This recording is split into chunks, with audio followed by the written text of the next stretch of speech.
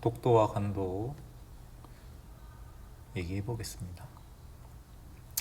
독도의 역사부터 살펴보자면 결론만 얘기하면 옛날부터 독도는 우리나라 땅이었다. 그리고 우리 조상들도 독도가 우리나라 땅이라는 것을 인식해서 문서로 남겼다라는 이야기야. 독도가 처음 우리나라 땅이 된 것은 512년에 신라 지증왕 때, 삼국시대죠.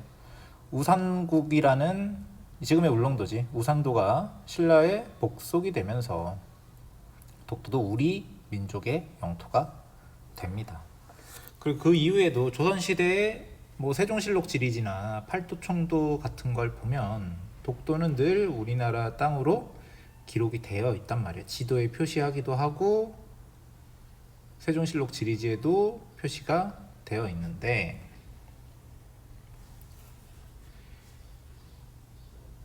조선 후기가 되면서 일본 어민들이 독도에 자꾸 침입을 해서 이렇게 전복과 미역을 채취하고 있었단 말이죠.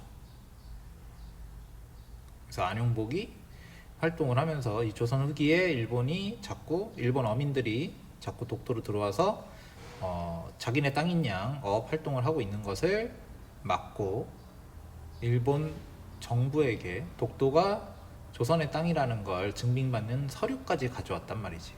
살펴보면 안용복은 지금의 부산 출신인데, 부산에는 일본인들이 머무는 외관이라는 곳이 있었어. 거길 드나들면서 일본어를 잘하게 됐지. 그런데 이 사람이 원래 수군이었기 때문에 일본 어민들이 우리나라 바다에 들어와서 어업 활동을 하는 걸 단속하는 역할을 하다가 일본 어민들이 여긴 우리 일본 땅이야 라고 우기는 것에 항의하기 위해서 일본까지 아예 건너가 버렸어. 그래서 일본 관리들과 영주들을 만나서 독도가 우리나라 땅인데 왜 자꾸 너희 나라 어민들이 와서 물고기를 잡냐, 이런 식으로 항의를 했고, 당시 일본을 다스리던 에도 막부는 울릉도로 일본인이 건너가지 않도록 금지령을 내리겠다고 약속을 받아낸다.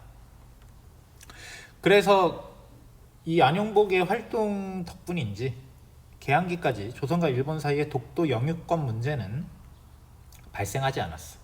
그러니까 이 근대 이전에는 안용복이 활동하던 시절에 일본 어민들의 활동이 제일 심했는데, 안용복이 일본으로 건너가서 독도와 울릉도가 우리나라 땅임을 확실히 했다라는 거지. 일본 측에 이런 문서도 있단 말이야. 울릉도와 독도가 조선의 강원도에 속해 있다라는 걸 일본인들이 기록해 놓은 문서인 거지.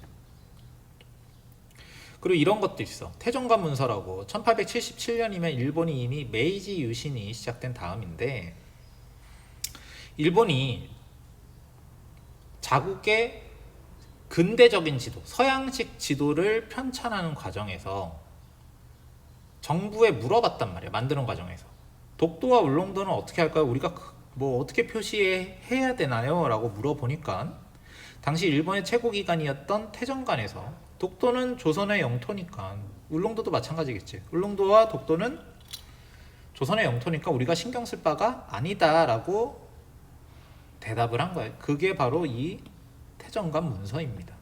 그러니까 일본은 독도와 울릉도가 우리나라 땅이라고 인식하고 있었다는 거지, 일본인들 자체도. 그리고 우리나라도 독도가 우리 땅이라는 것을 좀 더 명확하게 하기 위해서 대한제국 시절에 1900년에 칙령 제41호를 반포해서 독도를 우리나라 영토임을 분명히 하고 울릉 군수가 관할한다고 명확히 정해놨단 말이지. 일본이 주인 없는 땅이라고 우기면서 독도가 자기네 땅임을 선포한 시마네현고시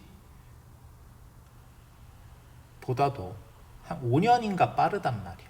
그러니까 일본인들이 어떤 식으로 독도가 일본 땅이라고 이야기해도 우리나라는 그 근거에서 현재 앞서 있다라는 거지. 근데 일본은 지금 사방에서 영토 분쟁이 일어나고 있기 때문에 독도 문제를 포기할 수 없는 거야. 그걸 포기해 버리면 나머지 다른 지역의 영토 문제도 불리하게 돌아갈 수 있으니까. 그리고 영토 분쟁하고 있는 국가 중에 우리나라가 좀 만만하다고 생각을 하겠지. 우리나라와 일본, 그러니까 조선시대는 왜 이렇게 일본 어민들이 독도에 와서 물고기를 잡았냐면 당연한 얘기인데 물고기가 많대.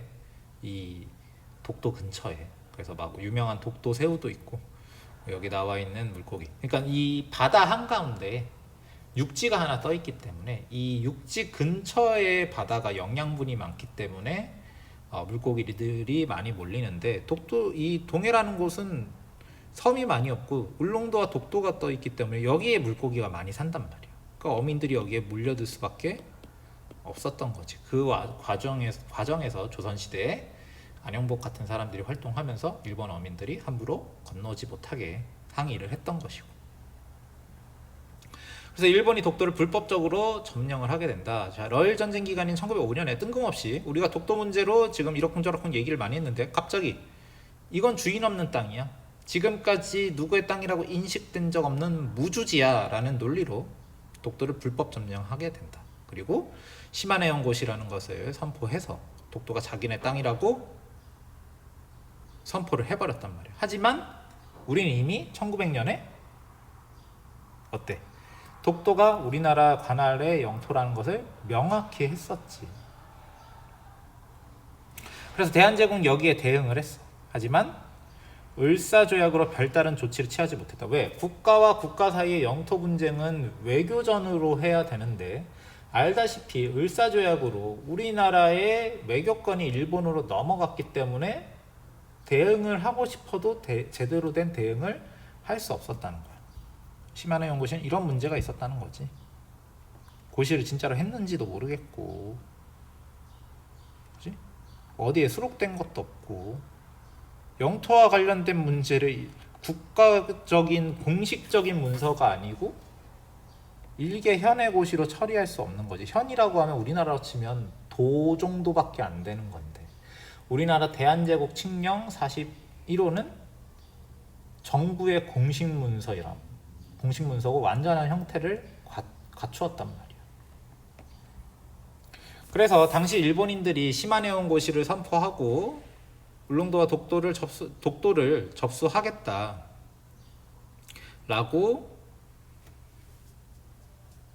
우리나라에게 얘기를 했는데, 만약에 독도가 실제로 무주지였다면 우리나라의 대응이 달랐겠지만 이렇게 얘기했단 말이야. 독도의 일본 영토소는 전혀 사실 무근이다. 당시 이런 얘기를 했던 사람이 박재순이라는 사람인데, 박재순은 을사오적이란 말이야. 심지어 을사오적도 독도가 일본 땅이라는 얘기는 내 생전 처음 듣는다 이런 식으로 대응을 한단 말이지. 이 사람이 박재순이잖아. 을사오적 중에 한 명이란 말이지.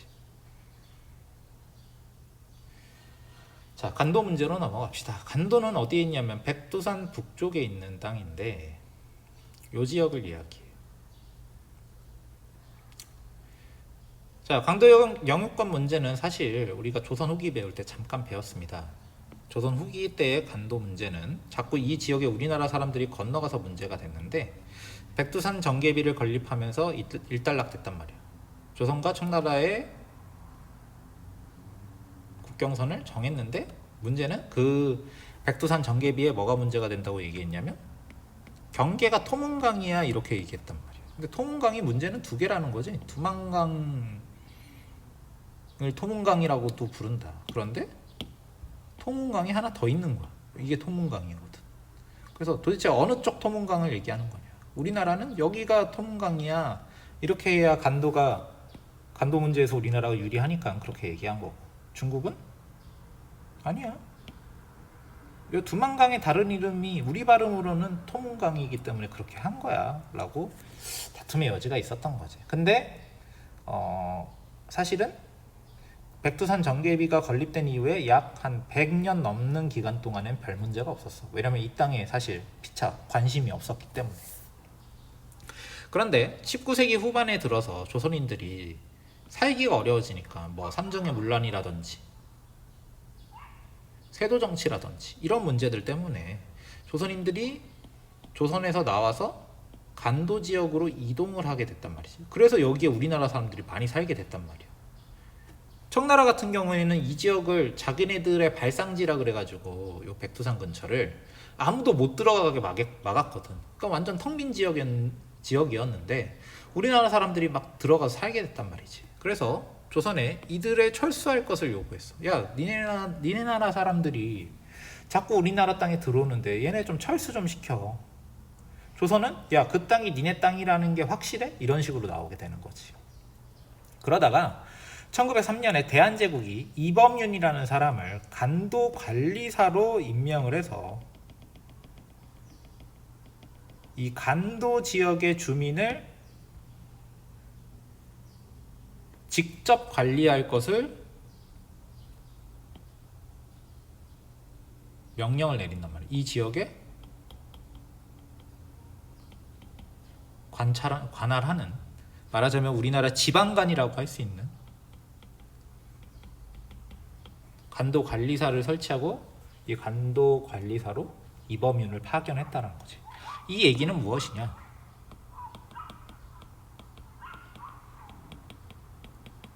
실질적인 지배를 시도했다라는 거야. 워낙 우리나라 사람들이 여기에 많이 살았기 때문에. 자, 하지만 이 간도 지역은 결국 청나라로 넘어가게 되는데 왜 그러냐? 간도 협약으로 넘어가게 돼. 또 을사늑약이 문제였던 거야. 외교권을 빼앗기고 나니까 우리나라 영토 문제도 일본이 자기네들 마음대로 하는 거지. 그래서 멋대로 일본이 우리나라를 대신해서 청나라와 간도 협약을 체결해서 일본은 남만주 철도 부설권과 탄강 채굴권 같은 이권을 얻고 청나라는 우리나라와 다툼이 있던 간도 영유권을 얻어버렸단 말이야. 이게 간도 협약이야. 간도 문제는 대한제국과